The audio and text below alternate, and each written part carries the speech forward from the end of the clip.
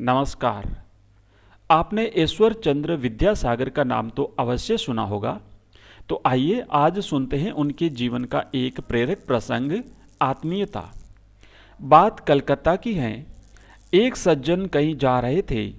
रास्ते में उन्हें एक बूढ़ा आदमी दिखा। वह काफ़ी दुखी दिखाई दे रहा था। यह देखकर सज्जन को उस पर दया आ गई। उन्होंने उस बूढ़े व्यक्ति से पूछा, भाई क्या बात है, तुम्हें कौन सा दुख सता रहा है? सज्जन की बात सुनकर बूढ़े व्यक्ति ने मन ही मन सोचा, शायद यह आदमी मेरी हंसी उड़ा रहा है, क्योंकि किसी ने भी मुझसे मेरे दुख का कारण नहीं पूछा। ऐसा सोचकर वह चुप रहा, कुछ न बोला। उस सज्जन को असली बात समझते देर न लगी। उन्होंने बड़ी आत्मीयता के साथ उससे कहा, मेरे भाई, तुम मेरी बात को हंसी न समझो। तुम अपने दुख का कारण मुझे बताओ। यदि मैं तुम्हारी कुछ सहायता कर सका तो मेरे लिए यह बड़ी खुशी की बात होगी। अब बूढ़े व्यक्ति को कुछ ढांढस बंधा। उसने कहा, भाई, मेरी एक ही लड़की है, मुझे उसका विवाह करना है, लेकिन मेरे पास पैसा नहीं है।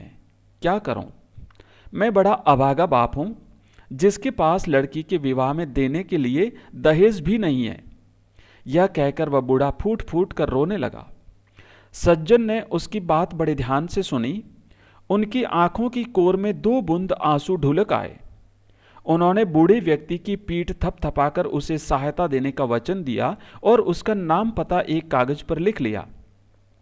लगभग 1 सप्ताह पश्चात बूढ़े व्यक्ति को अपने घर पर 500 रुपये मिले।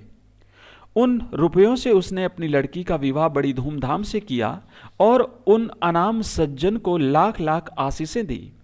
गरीबों की सहायता करने वाले ऐसे दयालु सज्जन का नाम था ईश्वर चंद्र विद्यासागर। धन्यवाद।